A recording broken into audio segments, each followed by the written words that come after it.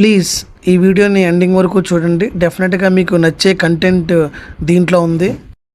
Hi guys, ఎలా ఉన్నారు అందరూ? I hope everybody fine. ఈరోజు మనం ఈ టాపిక్ ఏంటంటే కనుక దీపికా పదుకునే గురించి మాట్లాడుకుందామండి. ఇది ప్రజెంట్ అయితే టాలీవుడ్ బాలీవుడ్ని షేక్ చేస్తుంది ఈ మ్యాటర్ కంప్లీట్గా. ఎందుకంటే కల్కి 1లో దీపికా పదుకునే గారికి మెయిన్ రోల్ ఉంది. ఓకే, మంచి క్యారెక్టర్, బాగా యాక్ట్ చేసింది కూడా. సో ఆమె కల్కి 2లో కూడా కంటిన్యూ అవుతుంది అనుకున్నారు. బట్ వైజయంతి అఫీషియల్గా ఆమెని మూవీ నుంచి డ్రాప్ చేయడం జరిగింది. ఈ కల్కి 2 మూవీ గురించి మాట్లాడుకునే ముందు మనము ఒక మూవీ గురించి మాట్లాడుకోవాలి, స్పిరిట్.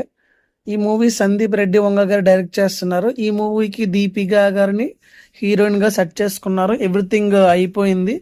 బట్ మన మేడం గారి కండిషన్స్ చూసి అందరూ కూడా షాక్ అయ్యారు.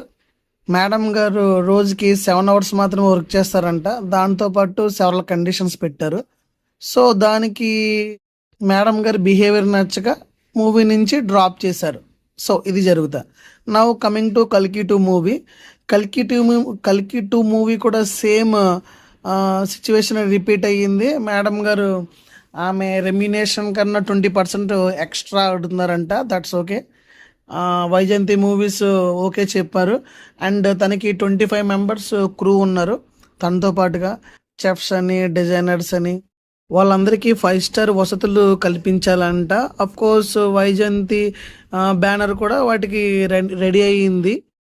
ఫైనల్గా వైజయంతి ప్రొడక్షన్ హౌస్ ఈ కండిషన్స్ అన్నీ చూసి మేడం గారి మూవీకి సూటబుల్ కాదని, ఈ మూవీకి ఇంకా కమిట్మెంట్ కావాలని చెప్పేసి మేడం గారిని డ్రాప్ చేయడం జరిగింది. ఇది నేను చెప్తున్నది కాదు.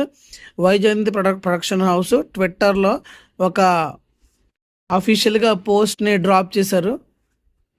సో ఇదండి హిడెన్ ఫ్యాక్ట్. దీపికా పదుకునే గారిని డ్రాప్ చేయడానికి మెయిన్ రీజన్ ఇదే. సో ఈ రీజన్ మీకు ఎంతమందికి పర్ఫెక్ట్గా అనిపించిందో కామెంట్ చేసి చెప్పండి.